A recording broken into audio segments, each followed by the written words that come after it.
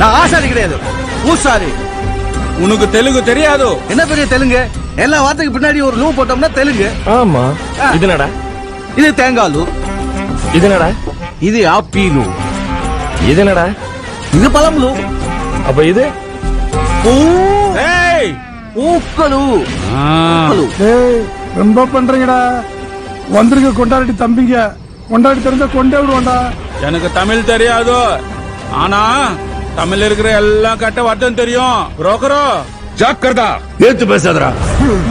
கருப்பை சொன்னதுதான், பிசினஸ்லாம் கிடையாது. கிளம்புடா. குருகாரே குருகாரே குருகாரே, நீ ஏன்டா தெலுங்குலாம் பேசுறீங்க? கைக்கு வாங்கிட்டு மச்சான். குருகாரே நீங்க சரி. இல்ல கிடைச்சயா?